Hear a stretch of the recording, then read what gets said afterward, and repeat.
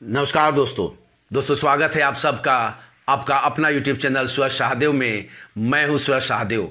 दोस्तों आज इस वीडियो के माध्यम से हम चर्चा करने वाले हैं झारखंड के साहेबगंज ज़िले की एक महिला थाना की थानेदार आदिवासी महिला रूपा तिर्की के संदिग्ध मौत के मामले को लेकर। आज झारखंड हाईकोर्ट ने इसकी जांच के लिए केस को सीबीआई को सौंप दी है। हाईकोर्ट ने यह माना है कि यह rarest of the rarest case है, अतः इस पर कई एंगल से जांच की जानी है और बेहतर जांच के लिए इसे सीबीआई को सौंपी जानी चाहिए और इसलिए इस मामले को सीबीआई को सौंप दी गई है। दोस्तों हम सब जानते हैं कि रूपा तिर्की एक महिला थाना की थानेदार थी। वो रांची के रहने वाली थी, आदिवासी महिला थी और साहेबगंज में पोस्टेड थी। वहीं पर सरकारी आवास में वह निवास करती थी, लेकिन 3 मई 2021 को संदिग्ध हालत में अपने क्वार्टर में वह फंदे से लटकती हुई उसकी लाश मिली थी और यह कहा जा रहा था कि उसने आत्महत्या की है। जब इसकी उच्च स्तरीय जांच की मांग की गई थी तो हेमंत सरकार ने एक 5 सदस्यीय एसआईटी टीम की घोषणा की थी और उस एसआईटी टीम ने इसे आत्महत्या का मामला करार देते हुए कहा था कि इसने आत्महत्या किया है और उसका कारण आत्महत्या का कारण रूपा तिर्की के कथित प्रेमी और उनकी बैचमेट उनका नाम था शिवकुमार कनौजिया, जो चाईबासा में पोस्टेड थे, उनको कारण बताया गया है। एसआईटी टीम में ऐसा रिपोर्ट में कहा गया था कि कनौजिया रूपा तिर्की को मानसिक प्रताड़ना देता था और शादी करने का झांसा दे करके उसे धोखा देने का काम किया था, जिससे रूपा तिर्की मानसिक रूप से आहत थी और उसने आत्महत्या कर ली थी। लेकिन रूपा तिर्की के परिवार के सदस्य, चाहे झारखंड के जितने भी पॉलिटिकल पार्टी, झारखंड मुक्ति मोर्चा, कांग्रेस और आरजेडी को छोड़कर बाकी सभी राजनीतिक दल, आदिवासी संगठन हो, सदानों का संगठन हो, आदिवासी मूलवासी हो, सभी संगठनों ने इस जांच को मानने से इनकार कर दिया था और उन लोगों ने कहा था कि इसकी जांच सीबीआई से की जानी चाहिए। रूपा तिर्की के पिता देवानंद उरांव एसआईटी का जो रिपोर्ट आया उसे साफ साफ मानने से इनकार कर दिया था और उन्होंने हाईकोर्ट में एक याचिका दायर की थी और कहा था कि इसकी जांच सीबीआई से की जानी चाहिए, क्योंकि इस मामले में बहुत हाई प्रोफाइल लोग जुड़े हुए हैं और एसआईटी हो या झारखंड पुलिस इस पर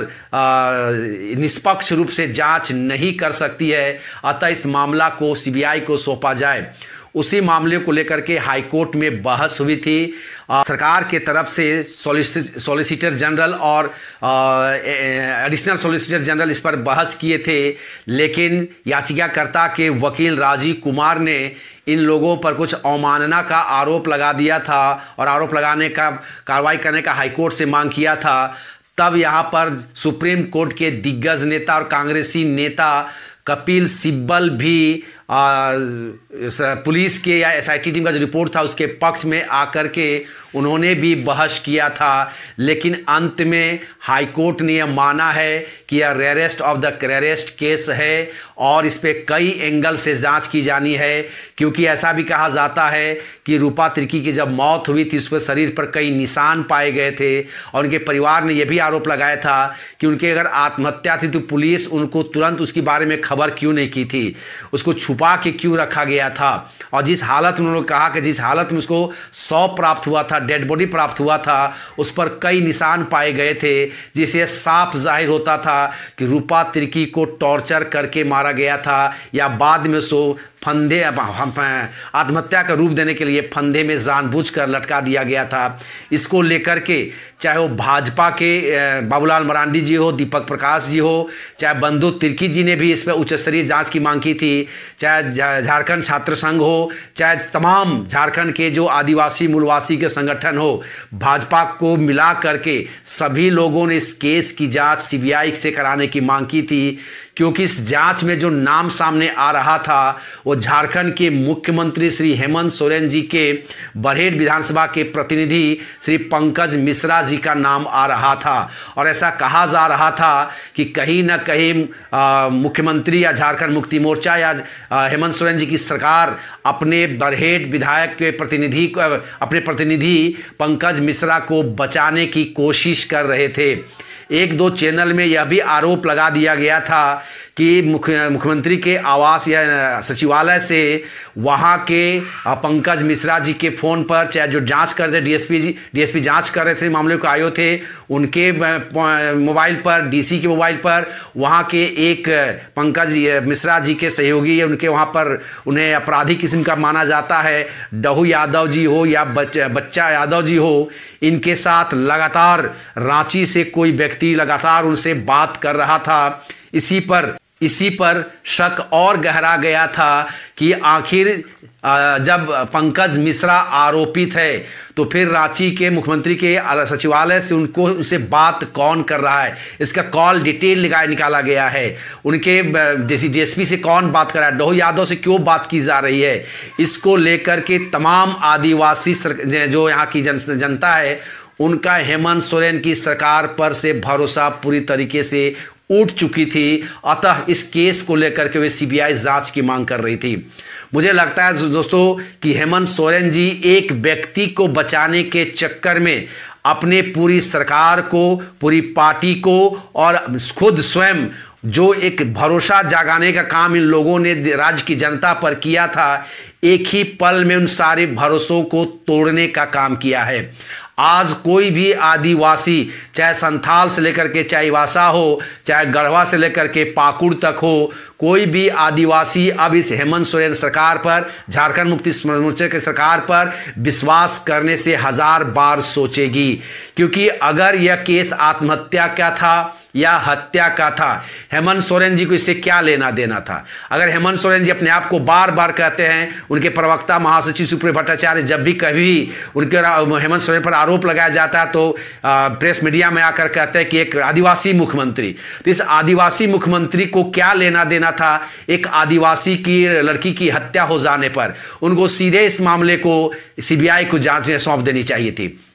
क्योंकि झारखंड मुक्ति मोर्चा तो इन्वॉल्व नहीं था, हेमंत सोरेन इन्वॉल्व नहीं थे, उनके परिवार के सदस्य इन्वॉल्व नहीं थे, तो फिर हेमंत सोरेन जी क्यों सीबीआई से किसको देने के से बच रहे थे। इसी पर लोगों का भरोसा हेमंत सोरेन जी से उठ गया है। साथ ही साथ दोस्तों एक बात और मैं कह दूं, साफ साफ कह दूं कि हेमंत सोरेन सरकार की या हेमंत सोरेन जी की एक भूल ने झारखंड में जो कांग्रेस जो सत्ता में शामिल है, कांग्रेस को भी हाशिए पर खड़ा कर दिया है। उन कांग्रेस पर भी प्रश्न चिन्ह खड़ा हो रहा है कि जो अपने आप को आदिवासी की हितैषी कहती है कांग्रेस, उसने भी इस केस को सीबीआई जांच कराने की मांग क्यों नहीं की या सीबीआई को क्यों नहीं सौंपी, हेमंत सोरेन पर दबाव क्यों नहीं डाला।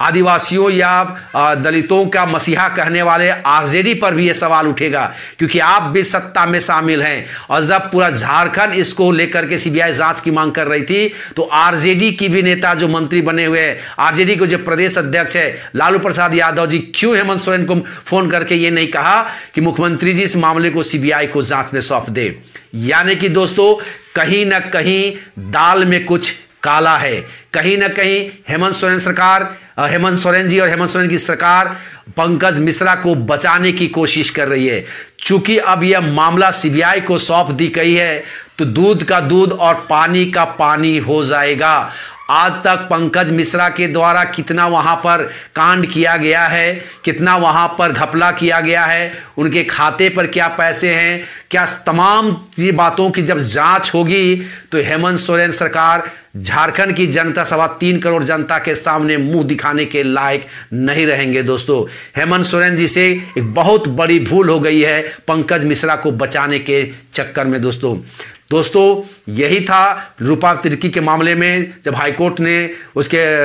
उनके मामले को, इस केस को सीबीआई को सौंपा है, तो मुझे लगा कि राज्य की जनता को इसके बारे में एक विश्लेषण करके सारे मुद्दों को आपके पास रखूं ताकि आपको समझने में आसानी हो। और अगर यह वीडियो आपको अच्छा लगा हो दोस्तों, सबसे रिक्वेस्ट होगी इस वीडियो को जरूर लाइक करें, दोस्तों के साथ शेयर करें। और अगर आप इस चैनल में नए हैं या लगातार बने हुए हैं फिर भी अभी तक अगर सब्सक्राइब नहीं किए दोस्तों, तो आपसे रिक्वेस्ट होगी इस चैनल को जरूर सब्सक्राइब कर लें। सब्सक्राइब करने से पैसा नहीं लगता दोस्तों, बस हमारा और आपका संबंध मजबूत होता है, आपका प्यार, आपका अपनापन हमेशा मुझे मिलता रहता है। और इसी बात की उम्मीद लेकर के मैं लगातार आपको झारखंड की घटनाओं से अप टू डेट कराता रहता हूं दोस्तों। तो दोस्तों तब तक के लिए